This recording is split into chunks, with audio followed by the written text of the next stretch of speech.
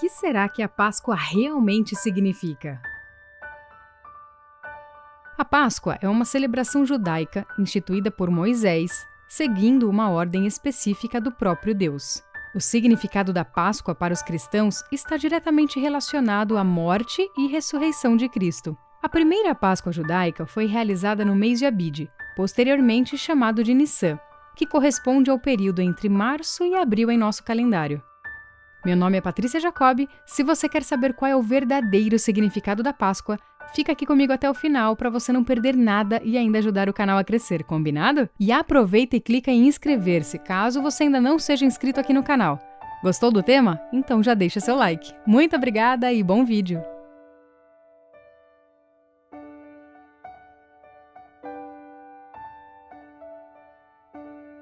A palavra Páscoa vem do hebraico, que significa passar por cima, derivado do verbo que significa saltar ou passar.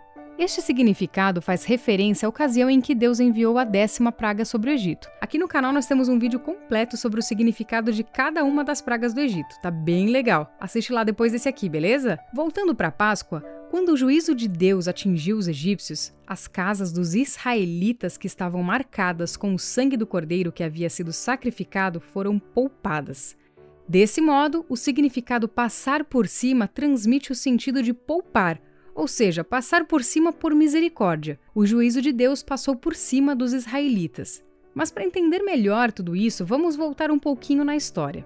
Cerca de 500 anos antes da instituição da Páscoa, Deus falou com Abraão acerca do futuro da sua descendência, o povo de Israel. O Senhor o avisou que os israelitas seriam peregrinos em terra alheia. Eles seriam reduzidos à escravidão e oprimidos por 400 anos. Porém, Deus também prometeu que julgaria a nação que dominaria seu povo, libertando-o da opressão.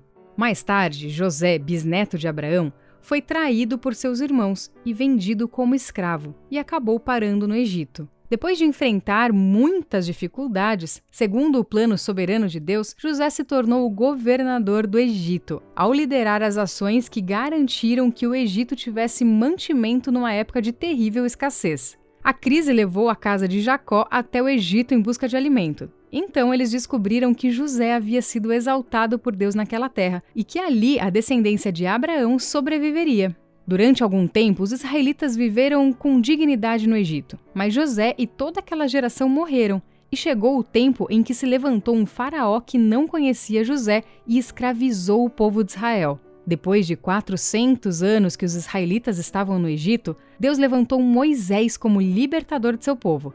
Esse processo envolveu 10 pragas que o Senhor enviou ao Egito.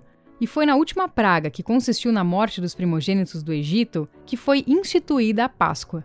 Quando Deus anunciou essa 10ª praga, ele também deu instruções a Moisés de como os israelitas deveriam proceder. O Senhor ordenou que eles sacrificassem um cordeiro ou cabrito macho, sem defeito, no 14º dia do mês de Abide, e aspergisse o sangue do cordeiro nos umbrais e no alto dos batentes das portas de suas casas.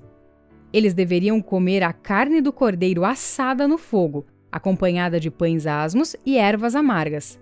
Aqui podemos fazer as seguintes observações. Os pães asmos eram pães sem levedura, ou seja, sem fermento. Eles deveriam ser comidos como lembrança da pressa durante o êxodo. As ervas amargas estavam diretamente associadas ao sofrimento e à aflição dos tempos da escravidão.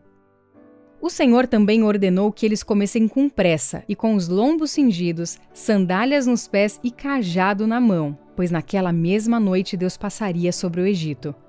Quando o juízo de Deus atingiu o Egito, morreram todos os primogênitos, desde os homens até os animais. Isso também significou a completa derrota dos deuses do Egito. O significado da Páscoa judaica está claramente registrado no livro de Êxodo, quando lemos: "E acontecerá que quando vossos filhos vos disserem: que rito é esse? Respondereis: este é o sacrifício da Páscoa ao Senhor, que passou por cima das casas dos filhos de Israel no Egito, quando feriu aos egípcios e livrou as nossas casas.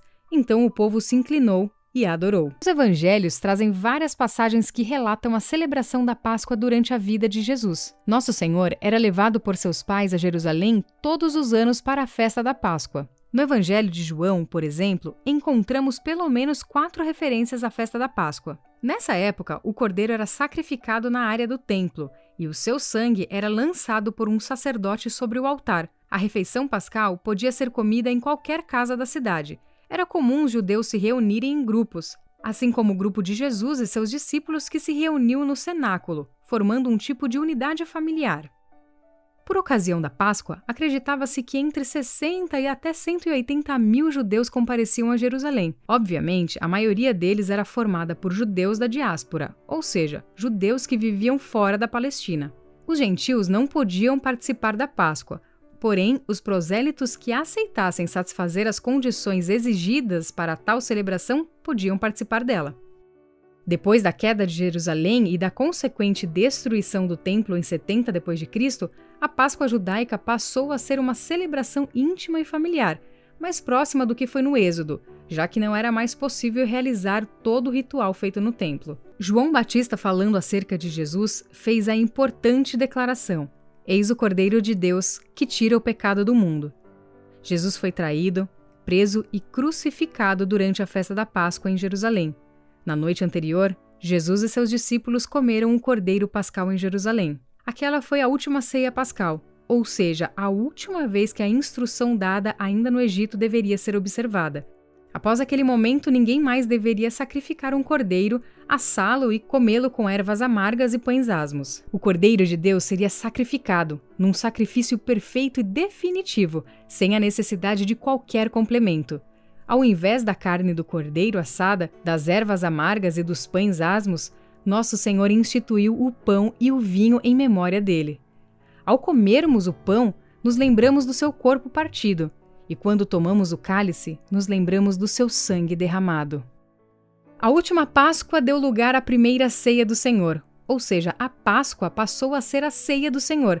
Também é interessante notarmos que a Páscoa apontava para o futuro, para a frente. Era o símbolo do que haveria de vir. Já a ceia do Senhor aponta para o passado, para trás, como símbolo da promessa que se cumpriu.